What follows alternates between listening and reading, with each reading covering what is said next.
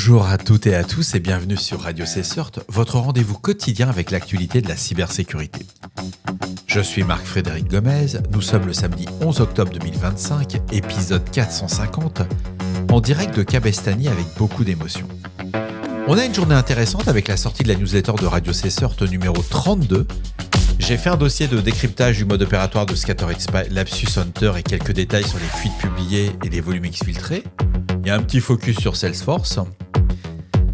Une vulnérabilité 7-zip.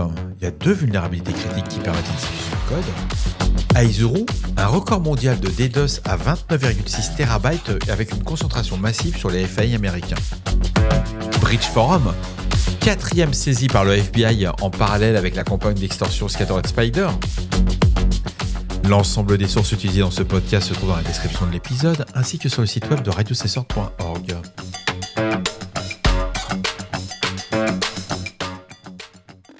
On en avait déjà parlé un petit peu cette semaine, mais la Zero Day Initiative publie les détails de 2 vulnérabilités dans 7-zip, autorisant l'exécution de code arbitraire avec des archives zip malveillantes. Je reviens dessus parce qu'elles me semblent assez importantes. Les vulnérabilités sont les CVE 2025 11001 et 2025 11002. Elles partagent le même mécanisme d'exploitation, une gestion incorrecte des liens symboliques dans les archives zip.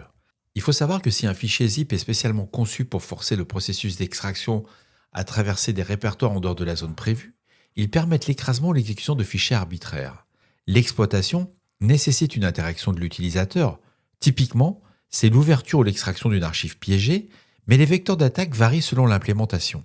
Dans un contexte d'utilisation manuelle, l'utilisateur doit ouvrir le fichier, mais les systèmes automatisés intégrant les bibliothèques 7-zip peuvent être exploités silencieusement, sans aucune interaction, notamment dans les environnements de traitement de fichiers côté serveur ou les workflow cloud de décompression.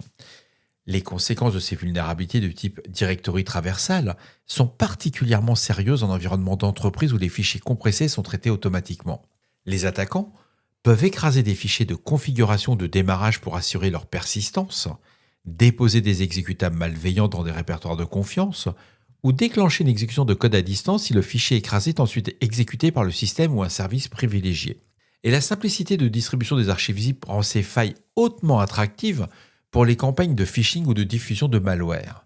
Un attaquant peut déguiser une archive malveillante en CV, en facture, en fichier de projet, en incitant les utilisateurs à le décompresser avec 7-zip.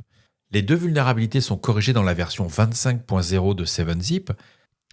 Bref, vous l'aurez compris, on applique immédiatement les mises à jour recommandées.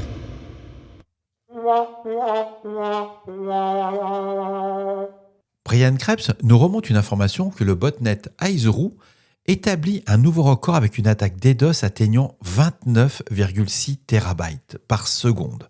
Elle a été effectuée le 6 octobre et l'attaque a duré quelques secondes seulement et visait un serveur spécifiquement conçu pour mesurer les attaques DDoS à grande échelle, suggérant un test de capacité ou une démonstration de puissance.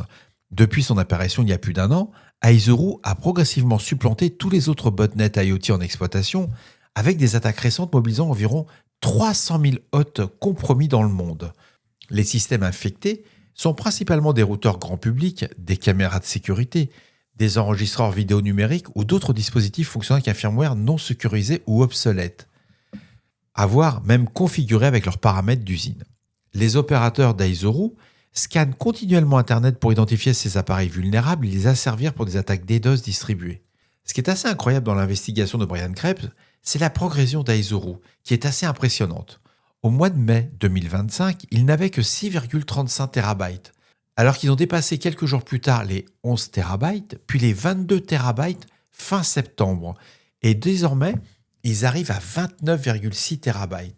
Le 8 octobre, TCP Shield, service de protection DDoS pour plus de 50 000 serveurs Minecraft, a été frappé par une attaque de 15 TB. Son fournisseur en amont, OVH, a résilié le contrat après plusieurs semaines de congestion sévère sur leur port externe à Miami. Un changement de composition majeur a été observé ces 3 derniers mois. Aizuru tire désormais la majorité de sa puissance de feu d'appareils IoT compromis hébergés sur des FAI américains. Les logs d'une attaque du 8 octobre montrent que 11 des 20 principales sources de trafic étaient des FAI nord-américains. AT&T représente de loin le plus gros contributeur, suivi de Charter Communications, Comcast, T-Mobile ou Verizon. Le volume de paquets par seconde provenant d'hôtes infectés sur ces réseaux est si élevé qu'il commence à affecter la qualité de service des clients non compromis adjacents. Et Steven Ferguson, ingénieur chez Global Secure Layer, rapporte avoir observé 500 gigabits de trafic sortant uniquement via le réseau Comcast lors d'une seule attaque. Ce volume est particulièrement concentré sur la côte est américaine, créant de la congestion pour d'autres services ou contenus tentant d'être atteints pendant qu'une attaque est en cours. Et Netscout confirme que si la plupart des FAI disposent de mitigations efficaces contre les attaques DDoS entrantes, beaucoup sont bien moins préparés à gérer la dégradation de services causée par un grand nombre de leurs clients utilisant soudainement tout ou partie de leur bande passante disponible pour attaquer d'autres cibles. Aizeru s'appuie sur le code malveillant du botnet Mirai original, dont le code source a fuité en 2016. Et comme Mirai, Aizeru cible principalement les serveurs Minecraft, mais ces opérateurs louent également le botnet comme réseau de proxy résidentiel distribué, il faut quand même avoir un ROI. Et ça permet à des clients criminels d'anonymiser leur trafic malveillant et de le faire apparaître comme provenant d'utilisateurs résidentiels réguliers aux États-Unis. Toujours selon Xlab, entreprise chinoise qui a profilé la montée d'Aizeru en 2024, le botnet utilisait plusieurs vulnérabilités 0D dans des dispositifs IoT pour alimenter sa croissance rapide. Des sources multiples indiquent que le groupe aurait compromis le serveur de distribution de firmware de Totolink en avril, fabricant de routeurs et d'équipements réseau bas de gamme. Alors quand ils disent bas de gamme, c'est entrée de gamme, pour distribuer des scripts malveillants étendent le botnet. Le nombre actuel de nœuds est estimé à environ 300 000. Le botnet a reçu un renfort inattendu au mois d'août lorsque le DOJ américain a inculpé le prétendu propriétaire de Rapperbot, botnet DDoS concurrent. Une fois Rapperbot démantelé, les opérateurs d'Aizeru ont rapidement récupéré les dispositifs IoT vulnérables soudainement abandonnés. Le problème persiste. Même si ces dispositifs infectés sont redémarrés et nettoyés, ils sont généralement recompromis pour autre chose dans les minutes suivant leur reconnexion. C'est ce qu'on appelle les accès persistants, des firmwares qui ont codé en dur les mots de passe, etc. Et Xlab a identifié 3 opérateurs. Alors il y a Snow, qui est le premier opérateur, qui est le responsable du développement du botnet. On va dire que c'est le cerveau. Il y a Tom, qui lui est chargé de trouver les nouvelles vulnérabilités. Et enfin, Forky, alors c'est Forky, c'est le responsable des ventes. C'est génial. Et Forky, il a 21 ans, il habiterait Sao Paulo, et il a été surtout interviewé par Krebs en sécurité. C'est pour ça que l'article est vraiment assez sympa. Et il reconnaît être impliqué dans le développement et le marketing d'Aizeru, tout en ayant participé aux attaques. Évidemment, il vend le produit, c'est pas lui qui fait l'attaque. Il exploite également un service de mitigation. C'est génial.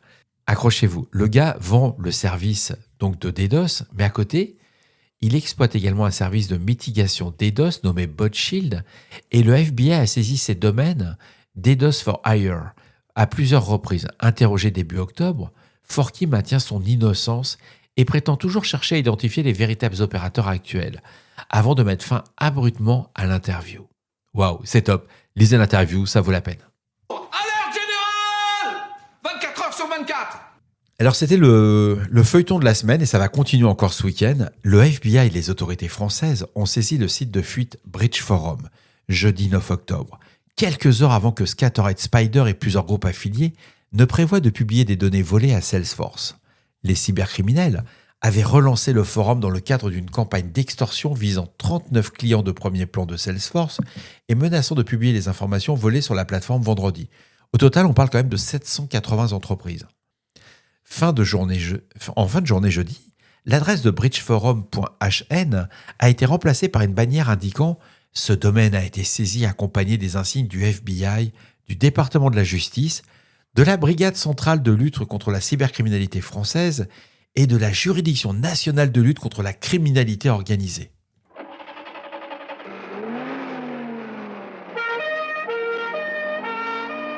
Sur leur canal Telegram, les cybercriminels ont confirmé la prise de contrôle du domaine, mais affirment ne pas avoir été arrêtés. Depuis plusieurs jours, le groupe laissait entendre que le FBI avait saisi les domaines de Breach Forum et a déclaré dans un message détaillé que l'agence et d'autres services avaient probablement saisi et détruit tous les serveurs back-end. Bon, en termes simples, ce qu'ils disent, c'est ça qui est extraordinaire. Les gars passent pour des victimes, c'est juste lunaire. En termes simples, alors je les traduis, nous avons probablement été hackés par le gouvernement américain. Sachant que leur page de saisie apparaît sur donc sur l'adresse Tor de Breach Forum, c'est un signe clair que tout ce qui était sous notre contrôle et qui n'aurait pas pu atteindre a disparu. Limite, j'ai versé une larme. Quand j'ai vu le truc, j'avais envie de leur dire « Oh, mon Dieu, le pauvre !» Alors, le message précise que la saisie n'a aucun impact sur les campagnes qu'ils ont eues sur Salesforce et les autres entreprises, et les chercheurs et le groupe lui-même confirment que la version Tor du site a été restaurée. Alors, c'est presque vrai. Le groupe prévoyait, parce que dans la presse, quand vous lisez la presse, ils disent ils vont tout publier vendredi soir à 23h59. Donc, ça sera samedi matin pour nous, Européens. C'est pas tout à fait ça. Donc, le groupe prévoyait de publier les données volées vendredi soir à 23h59, heure de l'Est américaine, donc heure de New York. Ça fait du 7h du matin chez nous, samedi. Et récemment, les criminels se sont rebaptisés, donc ça date d'il y a à peu près 10 jours, Scattered Lapsus Hunter, un amalgame de plusieurs groupes de cybercriminels anglophones présumés. Ils affirment, d'après leurs sources, qu'ils auraient volé environ 1 milliard d'enregistrements en compromettant les bases de données de Salesforce et de plusieurs grandes entreprises. Et Salesforce a confirmé cette semaine qu'elle ne négocierait pas avec les hackers. On en avait déjà parlé sur Radio Cessert. Bloomberg rapporte que Salesforce a envoyé une lettre aux clients indiquant qu'ils ne paieraient pas la rançon, exigée par Scattered Spider. Je vois pas comment ils peuvent payer la rançon, sachant qu'ils ont le FBI dans leurs locaux. Mais bon. Et le groupe criminel n'a pas communiqué le montant demandé, mais il a écrit sur son canal Telegram que si Salesforce payait, il cesserait de tenter d'extorquer les clients du géant du cloud. Comment renverser la vapeur ? Mais un porte-parole de Salesforce a confirmé « Je peux confirmer que Salesforce ne s'engagera pas, ne négociera pas et ne paiera aucune demande d'extorsion », réitérant que les tentatives d'extorsion sont liées à des incidents passés et non substantiés. Alors, il faut savoir que si le FBI veut tracer l'argent, parce qu'ils ont la capacité de tracer l'argent, ils peuvent demander à Salesforce de payer la rançon. Et ça permettra d'aller faire des arrestations. Mais bon, ça c'est un autre débat, c'est du criminel, c'est pas chez nous. Donc, et dans l'email envoyé aux clients, Salesforce dit explicitement les demandes d'extorsion à un incident de sécurité ayant impacté Celloft, l'application tierce utilisée par de nombreux clients, c'est la fameuse IA. Et le mois dernier, Salesforce a confirmé que des hackers avaient compromis son système. Bon, bref, il n'y a rien de nouveau jusque-là. Et il faut savoir que Google est la seule entreprise du lot initial des 39 nommés par Scattered Spider à avoir confirmé publiquement le vol de données. Plusieurs autres entreprises listées ont déclaré être en cours d'investigation. Vous vous souviendrez bien entendu que le FBI a publié un avis flash il y a 3 semaines environ, avertissant les clients Salesforce que les campagnes ont commencé en octobre 2024. Et la campagne la plus récente implique des membres de plusieurs groupes cybercriminels. Donc il y a du Scattered Spider, il y a du Shiny Hunter et du Lapsus. Mais revenons à notre saisie du site Breach Forum. Alors c'est dommage parce qu'il y a beaucoup de cyber-influenceurs, ils vont plus pouvoir dire c'est l'Amazon du crime, les pauvres. Mais bon, ils vont trouver autre chose. Donc dans cette 4e saisie, le FBI avait déjà fermé en 2023 et arrêté l'administrateur présumé de la plateforme Connor Fitzpatrick au domicile de ses parents à New York. Le mois dernier, Fitzpatrick a reçu une nouvelle peine de prison de 3 ans après qu'un panel de 3 juges a annulé en janvier une décision controversée qui l'avait libéré après seulement 17 jours d'incarcération. Selon le département de la justice américaine, Breach Forum comptait plus de 340 000 membres avant sa mise en ligne et facilitait l'accès aux informations personnelles sensibles de millions de citoyens américains. Depuis 2023, plusieurs personnes ont tenté de relancer Breach Forum, le FBI saisissant systématiquement le site à chaque résurrection, et en juin, les autorités françaises ont arrêté plusieurs individus soupçonnés d'exploiter une nouvelle version de Breach Forum. Un autre suspect connu sous le pseudonyme de Intel Broker a été arrêté lors d'une opération antérieure. Bref, c'est un feuilleton. Je pense qu'on pourrait faire un épisode spécial dédié à ces groupes d'attaquants, ainsi qu'à Breach Forum, mais pas sûr que ce soit super intéressant. Mais ça à suivre, je vais quand même suivre un petit peu. Et voilà, cet épisode du samedi 11 octobre se termine. J'espère qu'il vous apportera des informations claires et utiles. On se retrouve demain pour un nouvel épisode.